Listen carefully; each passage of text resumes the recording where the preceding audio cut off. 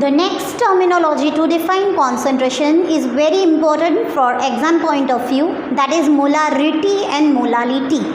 Okay, and you must know the difference as well. What is the difference between molarity and molality? Because generally students are very confused in these two terms. So please be attentive. Today I am going to solve your confusion. आज के बाद आपको कभी भी molarity में कभी भी कोई confusion नहीं रहेगा अगर आप इस वीडियो को ध्यान से समझोगे. ओके, तो पहले तो मोलारिटी क्या है. Molarity is denoted by capital M. Molarity को याद रखने का एक ट्रिक है मोल पर लीटर. जब भी आप मोलारिटी वर्ड सुनोगे तो आपके दिमाग में पहली चीज़ आनी चाहिए मोल पर लीटर. अगर ये चीज़ आपके दिमाग में आ गई तो आप मोलारिटी को अच्छे से सॉल्व कर पाओगे. मोलारिटी में जो मोल हुए वो किसके हैं, तो मोल रखने हैं सल्यूट के. ओके, मोल किसके, सल्यूट के, number of moles of solute. और ये जो लीटर है we already know, litre volume को डिफाइन करता है. तो किसका वॉल्यूम यहाँ पे डिफाइन होगा, सल्यूशन का. तो मोल पर लीटर आपको ट्रिक है ये याद रखनी है. फिर खुद से क्वेश्चन पूछना है कि मोल किसके, तो आंसर आएगा मोल्स ऑफ सल्यूट. लीटर में वॉल्यूम किसका, volume of solution. So here you have your formula for molarity which is very important. Molarity is number of moles of solute divide by volume of solution in litre which should be remembered by mole पर litre. अभी हमारा अगले का 11th standard का knowledge हमें बताता है formula to find out number of moles. Mole concept chapter है आपका, chapter number 1 basic concepts of chemistry. उसके अंदर आपने मोल कॉन्सेप्ट सीखा होगा. वहाँ पे आया है ये फॉर्मूला कि how can we find out number of moles. Number of moles is given mass upon molar mass. आपको जो मास गिवन है वो रखना है, क्योंकि हम लोग मोल्स फाइंड कर रहे हैं सल्यूट का, तो हमें मास भी चाहिए होगा सल्यूट का और मोलर मास चाहिए होगा सल्यूट का. So mass of solute is defined as W2, weight भी बोलते हैं हम उसको. और 2 हमने डिनोट कर रखा है सॉल्यूट को. सॉल्वेंट जो ज़्यादा अमाउंट में रहता है is component 1 always and component 2 is solute. So if we are talking about mass of solute it will be W2. Molar mass of solute M2, moles of solute N2, mole fraction of solute Chi2. Similarly for solvent we will denote 1.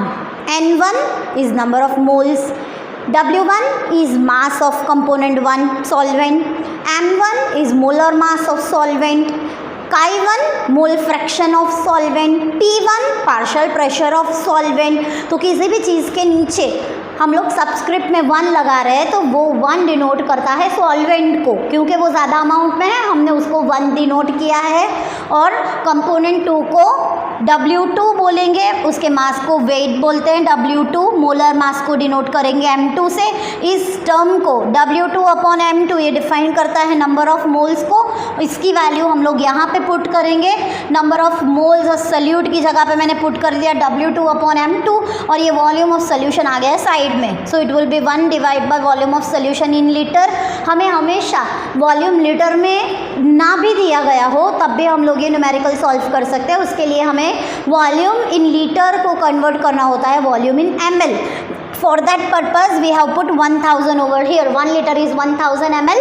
So we have put 1000 and volume will be converted in ml. So this is the final formula you need to remember for your numericals. That is molarity is equals to W2 upon M2 into 1000 divided by volume in ml. Next term we need to clear is molality. Molality के लिए आपको trick याद रखना है मोल पर kg. मोल किसके, moles salute के. पर एक ट्विस्ट है, ये जो kg में क्या होता है, kg में मास होता है. मास को मेजर करने का यूनिट है kg. पर यहाँ पे अब तक जितने भी टर्म्स हमने सीखे I was putting mass of solution, volume of solution, moles of solution.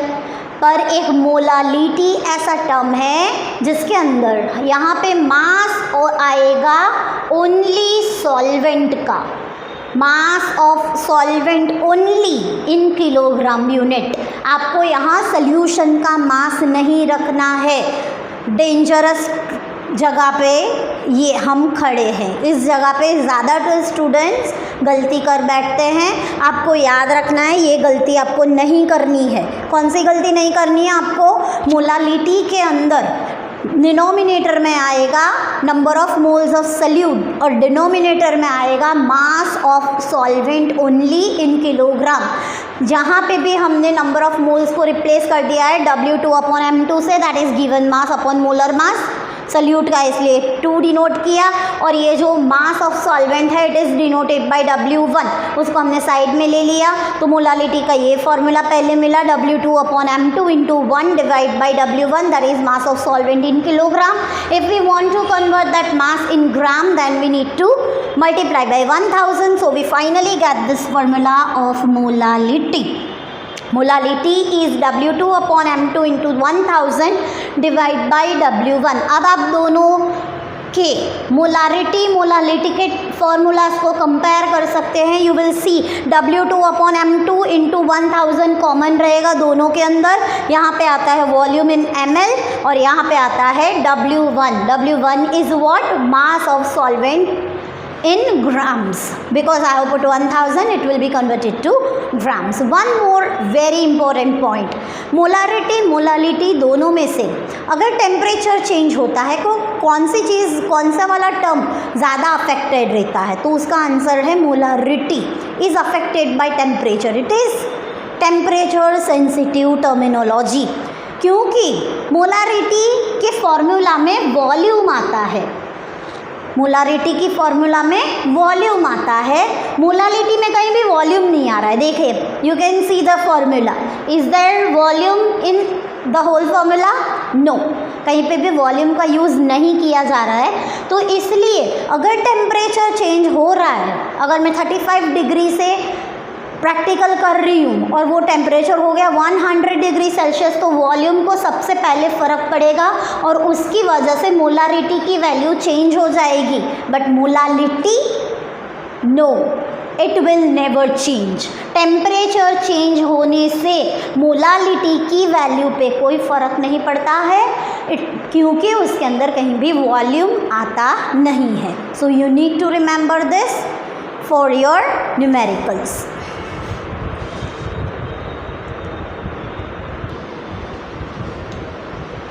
Now after completing the theoretical part of concentration, let's move on to the numericals regarding concentration, like molarity find करना है, mole fraction find करना है, molality find करना है, तो वो कैसे find करेंगे? यहाँ मैंने एक न्यूमेरिकल रखा है, that is your example number 1 from your NCERT text book. Calculate mole fraction. क्या कैलकुलेट करना है आपको? मोल फ्रैक्शन कैलकुलेट करना है, विच इज डिनोटेड बाय कल। किसका फाइंड करना है मोल फ्रैक्शन? इथिलीन ग्लाइकॉल का। Ethylene glycol is C2H6O2। You need to find out this value. C2H6O2 का पाई फाइंड करना है। So you can say pi of C2H6O2 you need to find. What you are given in your question, read thoroughly. In a solution containing 20% of C2H6O2 by mass means 20% W by W C2H6O2। और जब भी हमें solvent define नहीं किया होता है तो हमें समझना है इन वाटर। ये सॉल्यूशन को वाटर के साथ मिक्स करके बनाया गया है। It is an aqueous solution. Okay, 20% C2H6O2 का मतलब होता है 20 ग्राम। मैंने लिया है C2H6O2 that is ethylene glycol and remaining 80 ग्राम हुआ पानी। 80 gram is H2O and total of the solution is 100 gram of solution. पहले आपको ये चीज़ डिकोड करनी है। आपको डायरेक्टली वेट सॉल्यूशन का, सॉल्यूट का, किसका डायरेक्टली वैल्यू नहीं दिया गया होगा। You will be given percentage W by W, percentage W by V, percentage V by V, और उससे आपको उसकी वैल्यू निकालनी होगी। और यहाँ जैसे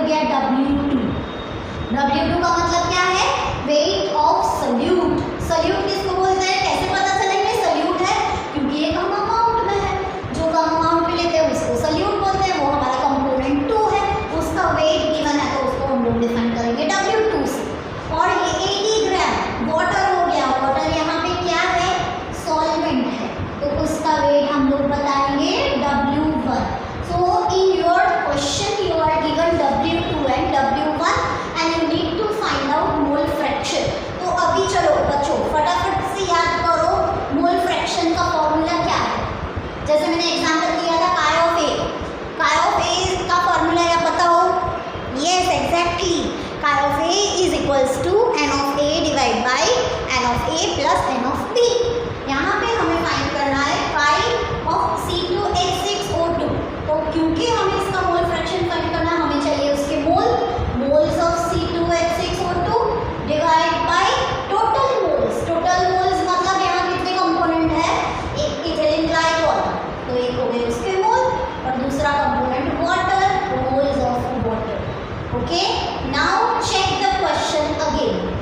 are they having moles of ethylene glycol? No. Are they having moles of water?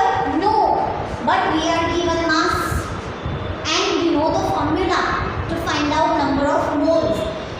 Number of moles find करने का formula क्या बताया मैंने अभी आपको इसी लेक्चर में बताया, mass divide by molar mass। अगर हमें moles find करने हैं C2H6O2 के, तो हमें mass रखना है C2H6O2 का कितना हुआ 20 divide by molar mass C2 carbon का 12 2 सा 24 प्लस हाइड्रोजन का 1 इंटू 6 तो 24 प्लस 6 हो गया 30 plus 2 into 16 that will be 32, so value हो गई 62। ऐसा करके हमें यहाँ मोल्स मिल जाएंगे इथिलीन ग्लाइकॉल के। सिमिलरली मोल्स ऑफ वाटर भी फाइंड कर लेंगे हम लोग। वाटर के लिए मास है 80 और वाटर का मोलिकुलर मास होता है 18, तो हमें ये दोनों मोल्स की वैल्यू मिल जाएगी और उसी वैल्यू का यूज करेंगे हम लोग। ये हो गई 0.322 और दिस वैल्यू होगी 0.444। Now we know the moles and we need to replace this value in this main formula. Moles of C2H6O2 that is 0.322 divide by moles of C2H6O2 plus moles of water that is 4.444। अभी आप लोग एक चीज calculate कर लोगे तो हो गया आपका आंसर। ओके, और ये फाइनली आपको आंसर मिल जाएगा 0.932। यस, अगर कोई आपको पूछे, जैसे यहाँ तो नहीं पूछा है, यहाँ पे तो यही आपका फाइनल आंसर है, but if you are asked to find moles of water then you will do what? 1 minus moles of C2H6O2, sorry, mole fraction.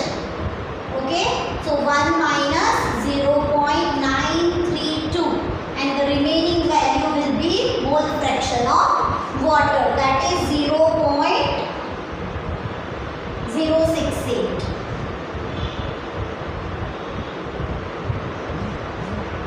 Okay, तो ये न्यूमेरिकल में हमने फाइंड किया mole fraction.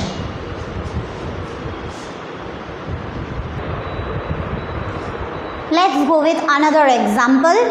The question you are The next example we are going to discuss is about molarity and molarity. For that we will use NCERT question. You are going to find molarity.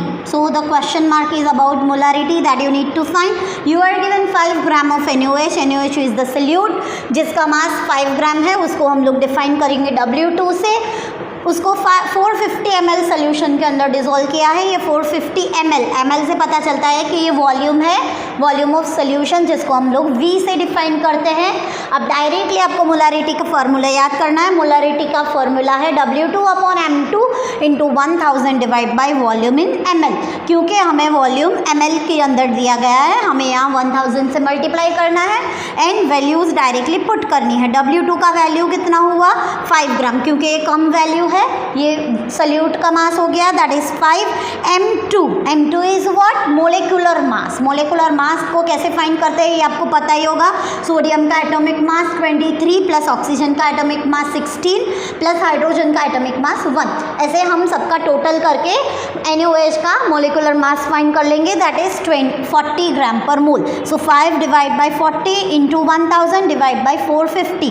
हमें यहाँ volume put करना है ml के अंदर, और जैसे ही आप इस कैलकुलेशन को सॉल्व करेंगे तो आपका आंसर आ जाएगा molarity is 0.276 molar.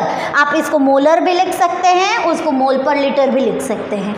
Let's move on to next numerical. Calculate molality. यहाँ आपको मोलालिटी फाइंड करनी है, मतलब स्मॉल m फाइंड करना है। And you are given 2.5 gram ethanoic acid. Ethanoic acid का फॉर्मूला है CH3COOH। ये इथेनोइक एसिड है, ये 2.5 ग्राम है, इसको आप लोग W2 से डिनोट करेंगे। Next 75 gram benzene. Benzene is solvent over here. ये कैसे पता चला कि बेंजीन सॉल्वेंट है और इथेनोइक एसिड सल्यूट है? उसके मास को देख के। ओके, जिसका मास कम होता है वो सल्यूट हुआ, तो 2.5 वाला सल्यूट हो गया, उसको W2 बता दो, 75 वाले को W1 से डिनोट कर दो, और जो भी आपका मोलिकुलर मास फाइंड करना है इथेनोइक एसिड का वो फाइंड कर लो, दैट इज 60। ये आपका कच्चा काम हो गया, ये आपको बेसिक काम करना होगा टू फाइंड आउट मोलालिटी। अब मोलालिटी का फॉर्मूला याद करो, शॉर्ट ट्रिक दिया हुआ है आपको, मोल पर केजी। मोल किसके? सल्यूट के। केजी में वॉल्यूम, मास किसका? सॉल्वेंट का। तो ये हो गया, मोल को रिप्लेस किया गिवन मास अपॉन मोलर मास से, इंटू 1000 डिवाइड बाई W1। ये W1 हो गया सॉल्वेंट का मास। ओके, तो ये 2.5 हो गया, जैसे क्वेश्चन में दिया हुआ है वही वैल्यू मैंने पुट किया, कुछ नया नहीं किया। 2.5 यहाँ रख दिया, उसका मोलिकुलर मास 60 मिला, वो यहाँ रख दिया, into 1000 divide by W1 that is 75। और इस कैलकुलेशन को सॉल्व करने पे मुझे ये फाइनल आंसर मिला मोलालिटी का, दैट इज 0.556 मोल पर केजी। आप उसको स्मॉल m भी लिख सकते हो, मोल पर केजी भी लिख सकते हो। क्लियर हुआ बेटा? Thank you.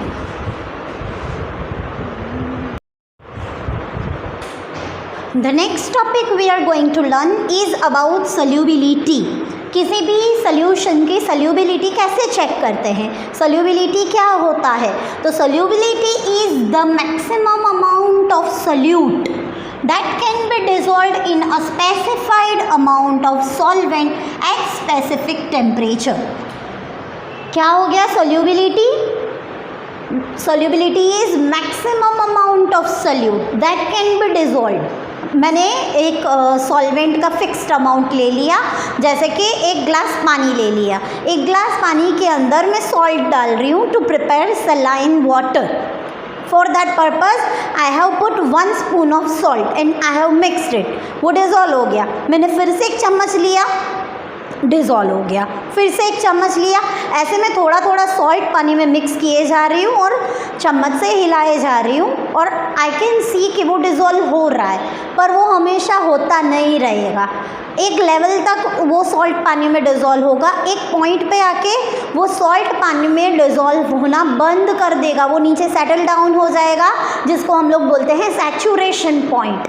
हम ऐसा बोलते हैं कि अभी ये सोल्यूशन सैचुरेटेड सोल्यूशन बन चुका है, जिसका मतलब है no more amount of salt is dissolving in certain fix amount of water. हाँ, अगर मैं इसी पानी को एक वेसल के अंदर ट्रांसफ़र कर दूँ और थोड़ा और पानी मिक्स कर दूँ, तो वो सॉल्ट फिर से मिक्स हो जाएगा।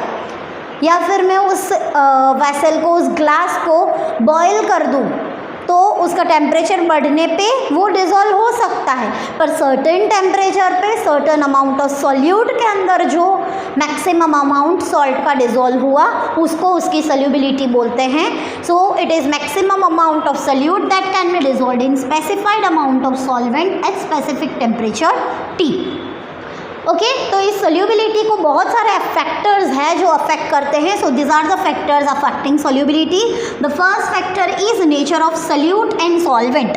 आपका सोल्यूट कैसा है, सॉल्वेंट कैसा है, उसके ऊपर डिपेंड करेगा कि वो कितना सोल्यूबल हो रहा है। जैसे कि आपके घर में नेप्थलीन बॉल होते हैं, you must have seen in your cupboard, white colour के जो बॉल्स होते हैं जो हमारे पेस्ट से बचाते हैं कपड़ों को, वो सब के लिए हम लोग कबर्ड में रखते हैं, वो नेप्थलीन बॉल। उसको अगर आप पानी के अंदर डालोगे, चाहे कितना भी मिक्स कर लो, वो कभी भी डिज़ोल्व नहीं होने वाला है। ओके, केरोसिन को पानी के अंदर मिक्स कर दो, एक लेयर फॉर्म हो जाएगी। क्यों, ऐसा क्यों हो रहा है? क्योंकि एक रूल है कि सॉल्यूट और सॉल्वेंट का नेचर मिक्स होना चाहिए, एक दूसरे से मैच करना चाहिए, लाइक डिज़ोल्व्स लाइक। ये चीज़ आपको हमेशा याद रखनी है कि लाइक डिज़ोल्व्स लाइक का मतलब क्या है? अगर आपका सॉल्यूट पोलर है तो सॉल्वेंट भी पोलर होना चाहिए, अगर सॉल्यूट नॉन पोलर है तो सॉल्वेंट भी नॉन पोलर चाहिए। अगर आप उसी कैरोसिन को पानी की वजह पेट्रोल मिक्स कर दो, कर हो जाएगा। नेप्थलीन बॉल को बेंजीन के अंदर डाल दो, हो जाएगा। पानी के अंदर सॉल्ट मिक्स हो रहा है, क्यों? क्योंकि पानी भी पोलर है और सॉल्ट भी पोलर है। केरोसिन नॉन पोलर है, पेट्रोल भी नॉन पोलर है, नेप्थलीन बॉल नॉन पोलर है, बेंजीन भी नॉन पोलर है, right? So the conclusion of discussion is that nature of solute and solvent should be equal, like dissolves like. And second factor which will affect solubility is temperature. अगर मेरा salt dissolve नहीं हो रहा है, glass के अंदर नीचे settle down हो गया और मैंने उसको बॉयल कर दिया, टेम्परेचर बढ़ा दिया, तो वो सॉल्ट डिज़ोल्व हो सकता है। जो अब तक नहीं हो रहा था, it will get dissolve on increasing temperature, but it is not like that always. Sometime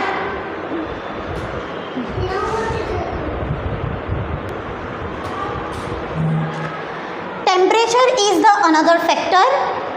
वो डिपेंड करता है कि हमारा सोल्यूशन एंडोथर्मिक है या एक्सोथर्मिक है, हमारी रिएक्शन के ऊपर डिपेंड करेगा। अगर कोई रिएक्शन खुद से एक्सोथर्मिक है, अभी आई होप कि आपको एंडोथर्मिक एक्सोथर्मिक क्या है ये पता है। Exothermic reaction is the one in which heat is evolved, heat is released from the vessel, from the experimental solution. आपके सिस्टम के अंदर से हीट निकल रही है, ओके तो ऐसे रिएक्शन को हम लोग एक्सोथर्मिक बोलते हैं, और जिस रिएक्शन के अंदर हीट एब्जॉर्ब होती है उसको एंडोथर्मिक बोलते हैं। अगर मैं कोई ऐसे रिएक्शन हूँ, मेरा खुद का नेचर है हीट को रिलीज़ करना, मैं सिस्टम हूँ। सिस्टम किसको बोलते हैं? जिसके अंदर हम लोग प्रैक्टिकल कर रहे हैं। अगर हम लोग टेस्ट ट्यूब में कर रहे हैं तो टेस्ट ट्यूब सिस्टम हो गया, अगर हम लोग बीकर में एक्सपेरिमेंट कर रहे हैं तो बीकर सिस्टम हो गया। तो अगर मैं सिस्टम हूँ, मैं एक बीकर हूँ, बीकर के अंदर मेरे अंदर कुछ केमिकल्स है, पर वो केमिकल्स अंदर अंदर रिएक्ट करके हीट को निकालने का नेचर रखते हैं, एक्सोथर्मिक रिएक्शन है, और मैं नीचे से उसको बर्नर से हीट दे रही हूँ। इसका मतलब है मैं एक ऐसी रिएक्शन को हीट दे रही हूँ जो खुद हीट रिलीज़ कर रही है। Are you getting my point? अगर वो खुद हीट रिलीज़ करने का नेचर रखती है तो उसको इंक्रीज टेम्परेचर की ज़रूरत नहीं है। ऐसे केस में वो उल्टा वर्क करेगी। In that case the solubility will decrease on increasing temperature. आप टेम्परेचर बढ़ाओगे, जो सॉल्यूबल हुआ है वो भी निकल जाएगा, सॉल्युबिलिटी कम हो जाएगा। सॉल्यूट सॉल्वेंट मिक्स होके सॉल्यूशन बनाते हैं, उसको डिसोल्यूशन बोलते हैं। इस प्रोसेस फॉरवर्ड रिएक्शन को डिसोल्यूशन बोलते हैं, और सॉल्यूशन के अंदर से फिर से solvent and solute separate out हो सकते हैं, जिसको क्रिस्टलाइजेशन बोलते हैं। तो अगर आप एक्सोथर्मिक रिएक्शन कर रहे हैं और एक्सोथर्मिक रिएक्शन के अंदर टेम्परेचर बढ़ाया तो सॉल्युबिलिटी कम होगी, क्योंकि उसका रिएक्शन का नेचर ही नहीं है हीट को एब्जॉर्ब करना, उसका खुद का नेचर है हीट निकालना। और अगर आप उसको टेम्परेचर दोगे तो वो सॉल्युबिलिटी को कम करेगा। But if you are doing the same thing, if you are increasing temperature of endothermic reaction which likes to absorb heat, system को अच्छा लगता है हीट एब्जॉर्ब करना, और आप उसको टेम्परेचर बढ़ाओगे तो उसकी सॉल्युबिलिटी भी बढ़ेगी, right. So you need to note down this 2 points कि टेम्परेचर को बढ़ाने से सॉल्युबिलिटी कम भी हो सकती है, सॉल्युबिलिटी बढ़ भी सकती है। कम कब होगी? अगर एक्सोथर्मिक रिएक्शन हुआ तो कम होगी, और अगर एंडोथर्मिक हुआ तो वो ज़्यादा होगी। And the next factor which affect solubility is pressure. अभी समझ लो कि मेरे पास एक वुडन बॉक्स है या फिर कार्डबोर्ड का बॉक्स है, आप ऐसे सोच लो, वो सॉलिड सब्सटेंस हुआ और मैं उसको चारों तरफ से कंप्रेस कर रही हूँ, दबा रही हूँ, जितना मैक्सिमम प्रेशर मैं लगा सकती हूँ। I am compressing the box. What will happen? वो इतने साइज से इतना छोटा हो जाएगा? होगा? नो, वो टूट जाएगा, पर वो साइज़ रिड्यूस नहीं होगा। क्यों नहीं होगा? उसके ऊपर इतना प्रेशर दिया तो वो कॉम्पैक्ट क्यों नहीं हुआ, वो कंप्रेस क्यों नहीं हुआ? क्योंकि वो सॉलिड है। सॉलिड के अंदर आपने सीखा है कि कंपोनेंट्स ऑलरेडी क्लोज होते हैं, उसके जो मॉलिक्यूल्स होते हैं they are already close to each other. अभी आप उसको यहाँ से प्रेशर दोगे, यहाँ से प्रेशर दोगे, मॉलिक्यूल्स ऑलरेडी क्लोज है तो क्या ऊपर चढ़ जाएंगे? नहीं ना। बीच में जगह है क्या? इंटरमॉलिक्यूलर स्पेस है? नहीं है। तो उसके अंदर कंप्रेशन का प्रेशर देने का कोई मतलब नहीं बनता। लिक्विड के अंदर होता है गुब्बारा, पानी से भरा हुआ एक बलून है आपके पास, सोच लो, और आप उसको ऐसे अपनी मुट्ठी में रख के दबा रहे हो, ज़ोर से प्रेशर दे रहे हो, तो क्या होगा?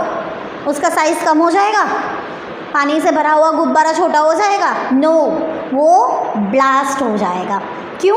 क्योंकि वो लिक्विड है। लिक्विड के अंदर क्या होता है? सॉलिड से थोड़ा स्पेस ज़्यादा होता है, ऐसा होता है, राइट? और अगर आप यहाँ से उसको प्रेशर दोगे, यहाँ से उसको प्रेशर दोगे, तो वो थोड़ा कॉम्पैक्ट कंप्रेस होगा, पर ज़्यादा फर्क यहाँ भी प्रेशर देने से नहीं पड़ने वाला, right? So we say that pressure का इफेक्ट सॉलिड पे या लिक्विड पे नहीं होता, तो किस पे होता है?